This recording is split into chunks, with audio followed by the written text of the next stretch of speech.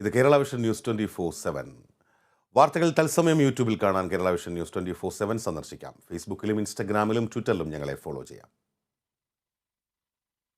സമയം 9 മണിയാകുന്നു. നിങ്ങൾക്കൊപ്പം ഞാൻ ഫിറോസ് സാലി മുഹമ്മദ്.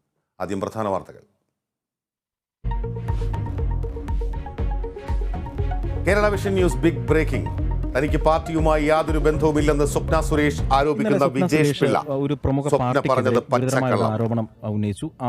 അത് മാത്രമല്ല, താങ്കൾ കേസിൽ നിന്ന് പിന്മാറാൻ 30 കോടി രൂപ വാഗ്ദാനം ചെയ്തു എന്നാണ് അവർ ആരോപിക്കുന്നത്. എന്താണ് ഇതിന്റെ വസ്തുത? ഇതിൽ യാതൊരു വസ്തുതയില്ല. ആക്ച്വലി വെറും വാസ്തവവിരുദ്ധമായിട്ടുള്ള കാര്യങ്ങളാണ് സ്വപ്ന സുരേഷ് പറഞ്ഞുകൊണ്ടിരിക്കുന്നത്. സ്വപ്നയുമായി സംസാരിച്ചത് OTT പ്ലാറ്റ്ഫോമുമായി ബന്ധപ്പെട്ട കാര്യങ്ങൾ. വിജേഷിന്റെ ആദ്യ പ്രതികരണം കേരള വിഷൻ ന്യൂസിനോട്. ബ്രഹ്മപുരം മാലിന്യ പ്ലാന്റിൽ പുക ശമിപ്പിക്കാനുള്ള ശ്രമം 9ാം ദിനവും തുടരുന്നു. 200ഓളം അഗ്നിരക്ഷാ പ്രവർത്തകർ ബ്രഹ്മപുരത്ത്. മാലിന്യം ഇളക്കി തീകെടുത്താൻ ശ്രമം. പ്രദേശത്തെ സ്കൂളുകൾക്ക് ഇന്നും അവധി. കേസ് ഹൈക്കോടതി ഇന്ന് വീണ്ടും പരിഗണിക്കും.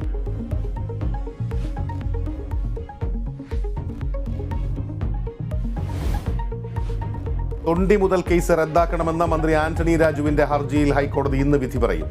കേസ് അന്വേഷിക്കാൻ പോലീസിന് അധികാരമില്ലെന്ന ആന്റണി രാജുവിന്റെ ഹർജി. ED സമൻസുകൾ റദ്ദാക്കണമെന്ന തോമസ് ഐസക്കിന്റെയും കിഫ്ബിയുടെയും ഹർജികളിൽ ഇന്ന് അന്തിമവാദം.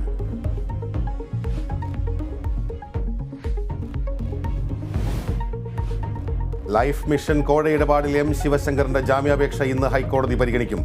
ജാമ്യാപേക്ഷ സമർപ്പിച്ചത് ഇന്നലെ. മുഖ്യമന്ത്രിയുടെ additional private secretary CM രവീന്ദ്രനെ ED വീണ്ടും ചോദ്യം ചെയ്യും.